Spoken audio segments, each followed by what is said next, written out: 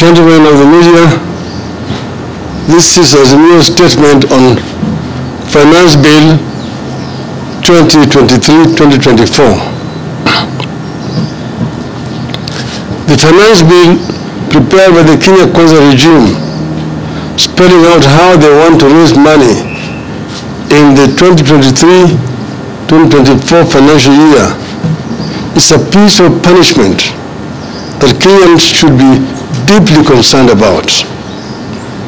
We are shocked that anybody living in Kenya and who understands and appreciates what Kenyans are going through can come up with the taxation proposals the bill is making. It is even more shocking that a regime that promised to lessen the burden of the so-called hustlers, Mama Mboga, watu wa mjengo, can turn his back so soon on the same people. The tsunami of taxes in that bill will bury everyone, especially the jobless youth and the poor struggling down at the bottom. The bill is a promissory note to strangle and suffocate the hustlers from whose necks Ruto promised to remove the rope. We wish to make it clear from the outset that as a party, we will try our best to ensure that this anti-people budget is not passed by the National Assembly. In the event that Kenya Kwanza uses its hired majority and passes the bill as it is, we want the people of Kenya to understand that it is Kenya Kwanza's bill. It is the Kenya Kwanza's budget. It will be Kenya Kwanza strangling Kenyans. We will instruct our members of parliament to have nothing to do with it. The mischief is hidden everywhere across the bill, but we will highlight a few. 1. Turnover tax. Currently, turnover tax, that is, tax based on sales, is applicable on sales worth 1 million Kenya shillings and above, and it stands at 1%. Now, Kenya Kwanza wants this tax applied on sales from as low as 500,000 Kenya shillings. The tax is being raised from 1% to 3%. The taxation will be pegged on gross sales, whether the seller makes profit or not. The biggest casualties here will be small, medium, and medium-sized businesses. Those businesses are the heart of the hustler nation. They are struggling. The same businesses are already being taxed by counties. Our stand is that this tax should remain at 1% and should be applicable on sales of 1 million shillings and above. 2. Income tax adjustment. About 4 things currently stand out in a payslip of a typical employee in Kenya, whether in the public or private sector. There has been no pay increase in the last 5 or more years. At least a quarter, sometimes up to half of the salary is consumed by taxes. Much of the salary is consumed by all sorts of loans. Much of the salary goes into the funding dead institutions like NSSF and NHIF, which in the end do not serve the needs of the employee. Now, unilaterally, Kenya Kwanza wants to raise the taxes from the current 30% to 35% on those earning 500,000 shillings and above. Direct taxation as a means of raising money usually has unintended consequences. The shock will be felt down the chain. Typically, a single payslip supports entire villages and communities in Kenya. As Kenya Kwanza reduces availability of local disposable income, it is inadvertently reducing local demand for goods and services.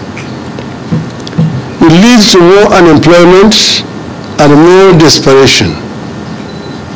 We will be instructing our members of parliament to oppose this bill's proposals. 3. Housing fund.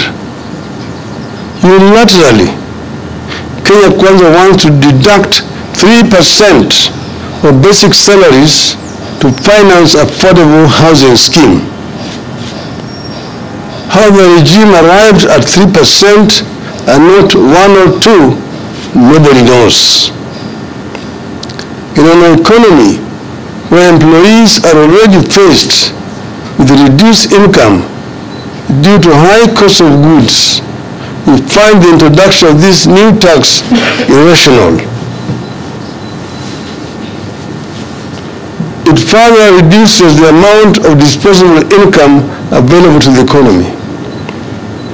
We found it curious that while not everyone is qualified for the proposed affordable housing regime, everyone is expected to pay.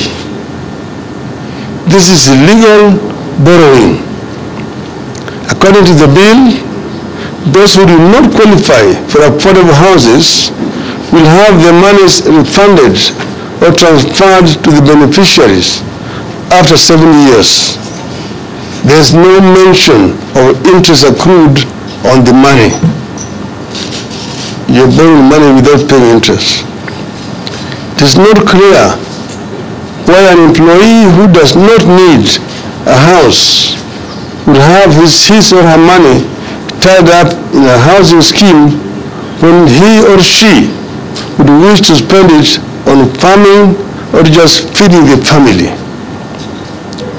There's also no guarantee that the housing scheme will work where schemes like NSSF and NHIF have been crippled by corruption. We need a review. 4. Attack on digital economy. After being attacked through turnover tax, the youth who have tried to find themselves jobs by using their creative talents in the digital space are being targeted through digital content monetization. From paying zero tax currently, a creative youth who creates a digital platform or content will now be required to pay 15% tax. As a country, we will be killing innovation and leaving our youth with too few options, if any. We will not support this proposal. 5. Tax Appeals Tribunal.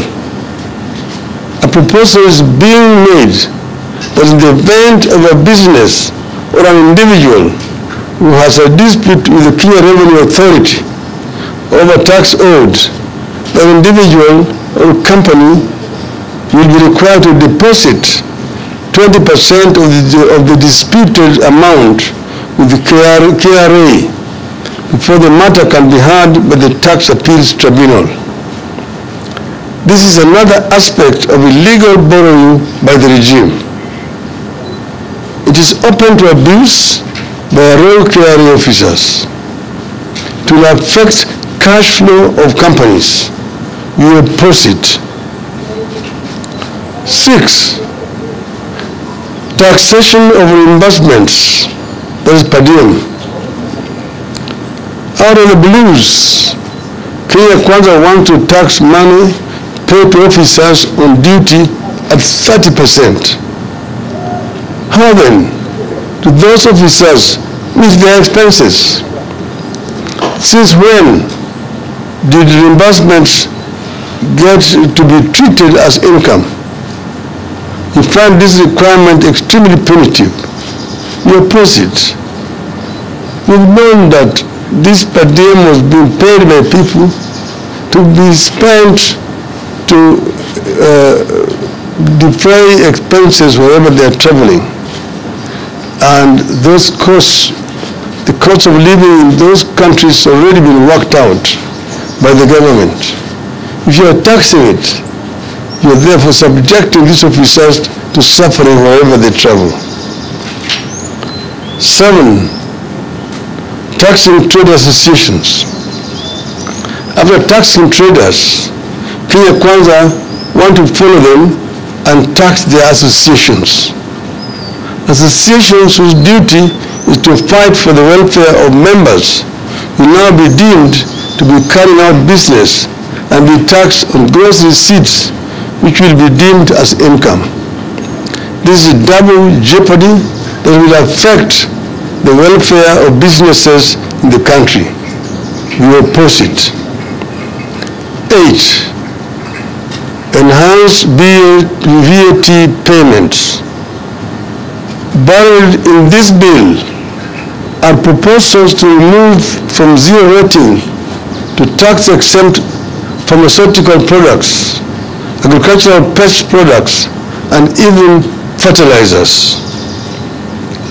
Maize flour, cassava flour, and a number of other types of flours are being moved from zero rating. Transportation of sugarcane to factories will now attract VAT. The VAT measures proposed by the bill effectively raise the cost of medicines, healthcare, and food, including that of locally produced sugar. It goes against Kenya Kwanza's often stated pledge to subsidize production. We object. 9, enhance excise duty on imported cement. Kenya Kwanza wants to raise duty on imported cement. It will be a signal for local producers to raise their prices. This will impact the local construction industry, which is currently the main driver for job creation in Kenya. 10, tax on beauty products. Kenya Kwanza wants to treat beauty as a luxury. Beauty products such as wigs, false beards, eyelashes, human hair, artificial nails, among others, will see their taxes rise from shillings 0.6 to shillings 25 per stamp, 2.5 per stamp. This is a 316% hike. Like digital economy, the beauty industry has become a major employer, particularly of our youth and women who have been unable to find work elsewhere. It is a home to hustlers. Now Kenya Kwanza is going after their earnings. We disagree. Ladies and gentlemen, Kenyans cannot be taxed to the bone just because of Kenya Kwanza's internal weaknesses. Rather than increase taxes, the regime must undertake the following. 1, an immediate stoppage of non-essential government expenditures, including the appointment of chief administrative officers. 2, reduction in the size of government. Excess cabinet secretaries, principal secretaries, directorates, advisors, aides, departments, and casts are gobbling up finances for the no good value for money. 3. Abolish money being spent on political operations that are disguised as relief food distribution or fundraisers. It makes no sense at all for a Kenya Kwanza operative to spend 20 million shillings on a chopper to distribute 1 million worth of food. It makes no sense for a principal secretary to spend 10 million shillings on a chopper to deliver 200,000 shillings at a fundraiser. This madness must stop in the interest of austerity. 4. Domestic and international travel, conferences, workshops, and training must be reduced, and they should be held in the offices. Those who are working in Nairobi should hold their meetings in Nairobi, including members of parliament. Parliament has got enough offices, a facility for members, committees to meet. There's no need to transport members of parliament to go and meet in Mombasa. The same thing applies to members of the county assembly. 5. Freeze ministerial out-of-station allowances, ministerial house allowances, and domestic allowances for cabinet and principal secretaries. 6. End corruption and theft of public funds. Kenyans can't and won't tighten their belts any further. They have had enough. Their next available course of action is to force Kenya Kwanza to tighten its belt or force it out. End of the statement.